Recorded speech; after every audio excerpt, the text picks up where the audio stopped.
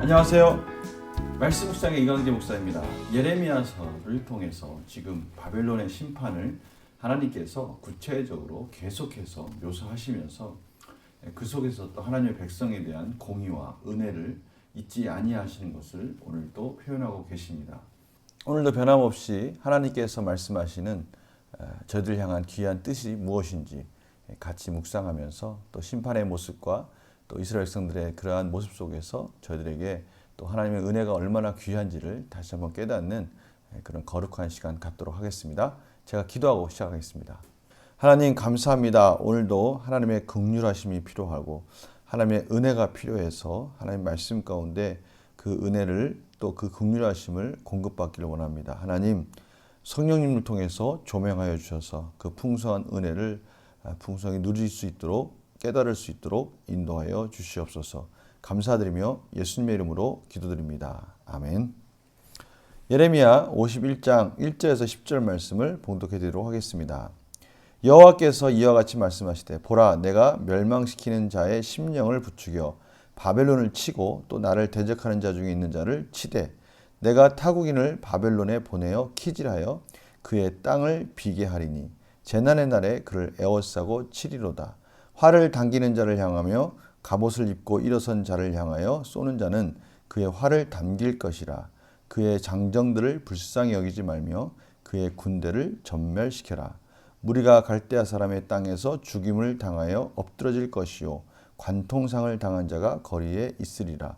이스라엘과 유다가 이스라엘의 거룩하신 일을 거역함으로 죄가가 땅에 가득하나 그의 하나님 만군의 여호와에게 버림받은 호라비는 아니니라. 바벨론 가운데에서 도망하여 나와서 각기 생명을 구원하고 그의 제약으로 말미암아 끊어짐을 보지 말지어다. 이는 여호와의 보복의 때니 그에게 보복하시리라. 바벨론은 여호와의 손에 잡혀 있어 온 세계가 취하게 하는 금잔이라. 뭇 민족이 그 포도주를 마심으로 미쳤도다. 바벨론이 갑자기 넘어져 파멸되니 이로 말미암아 울라. 그 상처를 위하여 유황을 구하라. 혹 나으리로다. 우리가 바벨론을 치료하려 하여도 낫지 아니한즉 버리고 각기 고향으로 돌아가자. 그 화가 하늘에 미쳤고 궁창에 달하였음이로다.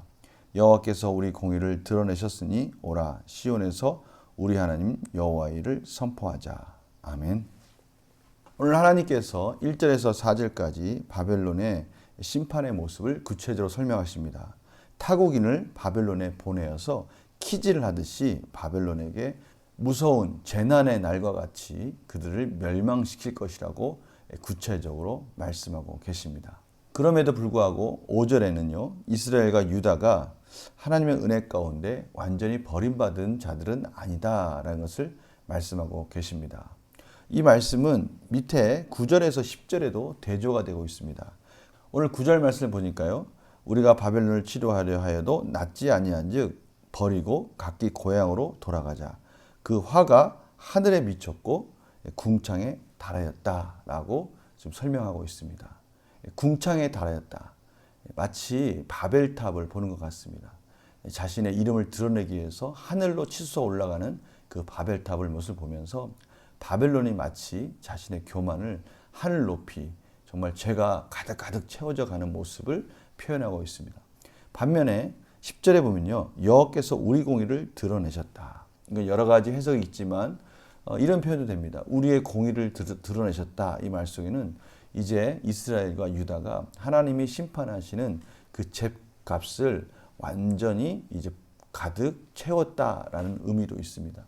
이제 하나님이 심판하시는 하나님의 징벌의 기간이 이제 가득 차서 이스라엘성이 돌아올 때가 되었다라는 것을 말씀하고 계시는 것이죠. 하나님께서 이스라엘 백성들에게 약속하셨던 그 언약의 시간이 되었고요. 그 언약을 이루실 것이고 구원하실 것이다. 이제 우리가 그 구원함을 통해서 시온에 가서 하나님의 놀라운 구원을 선포하자라고 그렇게 오늘 말씀이 마무리되고 있습니다. 하나님께서는 이스라엘 백성들을 왜 택하셨을까요? 오늘 바로 그 부분이 또 중요한 메시지죠. 바벨론의 심판과 함께 그래도 은혜를 놓지 아니하시고 그 언약을 이어가시는 하나님이 이스라엘 백성을 향한 그 사랑이 결국 하나님의 공의를 드러내는 것이고요. 마땅히 하나님의 죗값이 어떻게 하나님의 은혜 가운데 완성되어져 가는지를 보여주고 계시는 것이죠. 우리가 오늘 말씀을 통해서 저희들에게 지금 이 시간에 하시는 말씀은 무엇인지를 같이 연구하고 묵상하도록 하겠습니다. 하나님께서 바벨론을 어떻게 멸망시키십니까? 오늘 1절부터 4절까지 나와 있는데요. 타국인을 보내서 키질하여 그 땅을 비게 한다. 황폐하게 만든다는 것이죠. 그리고 각 전쟁하는 자들, 용사들을 다 진멸시키겠다.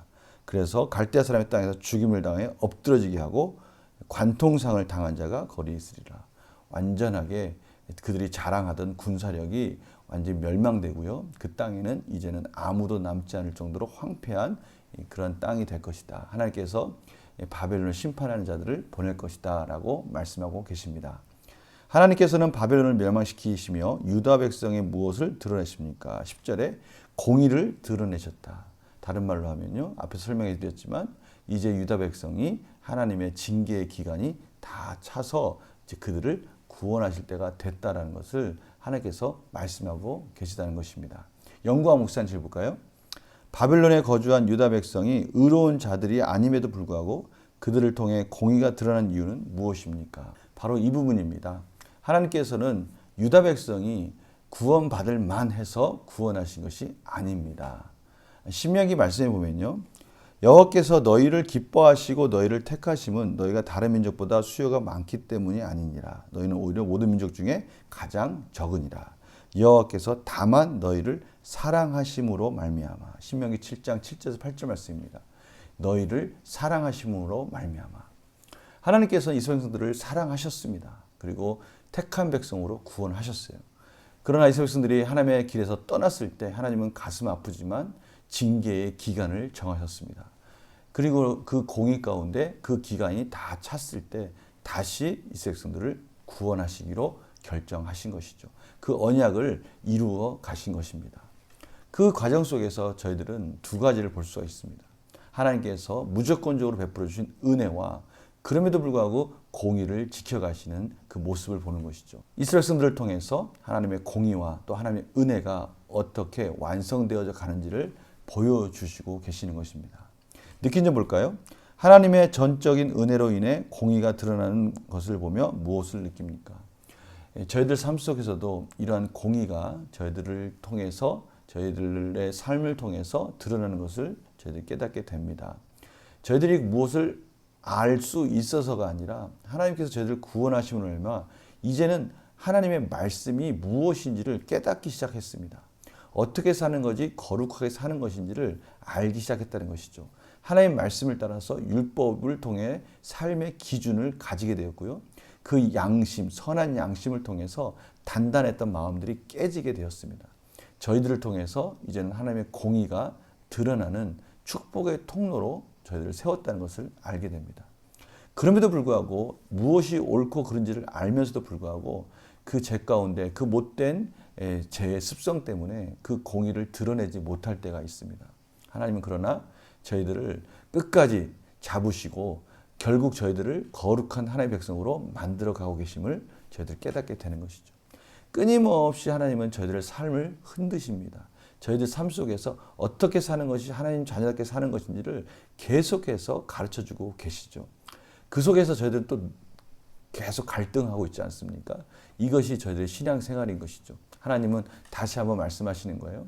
하나님께서 이스라엘 백성들을 징계의 기간 동안에 훈련시키시고 다시 연단시키시고 하나님의 거룩한 백성으로 세워서 그 공의를 완성해 가듯이 이제는 저희들도 훈련의 기간과 고난의 기간을 통해서 하나님의 거룩함을 더욱더 세워져 가는 자로 저희들을 부르셨다는 것을 깨닫게 하시는 것입니다.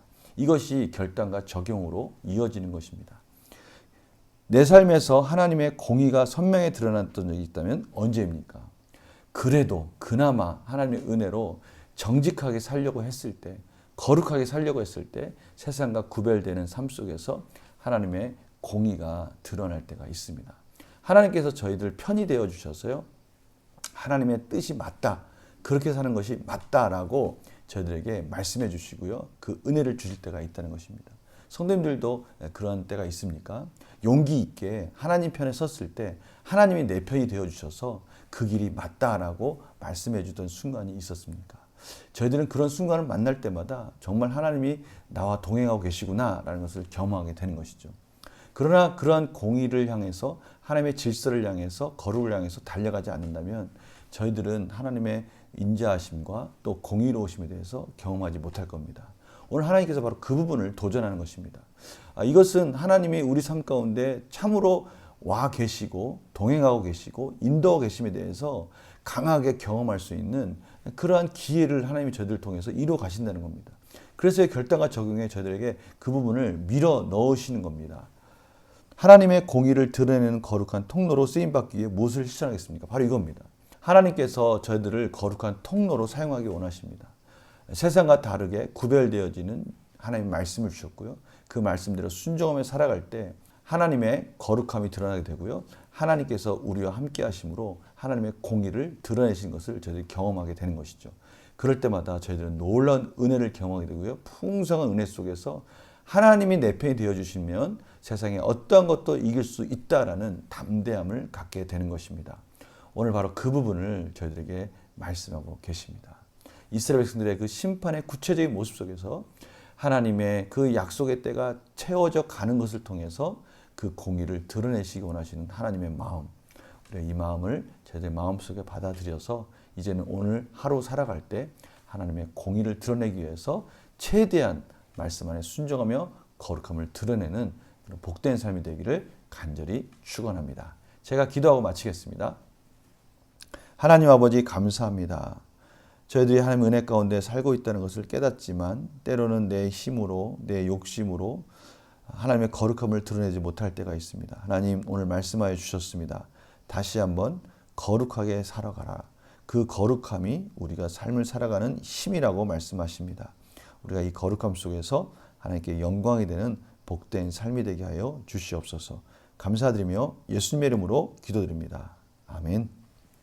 오늘 하나님께서 우리가 무엇을 믿고 사는가? 그것은 하나님의 공의와 거룩함이다라고 말씀해 주십니다. 오늘 하루 참으로 힘들고 어려운 삶 속에서 세상에 참으로 그 세속적인 세계관이 너무나 커서 우리가 감당하기 어려운 골리앗 같지만 하나님이 주시는 이 물맷돌 하나님의 거룩함을 가지고 승리하시는 복된 삶이 되기를 간절히 축원합니다. 내일 또 뵙겠습니다. 안녕히 계세요.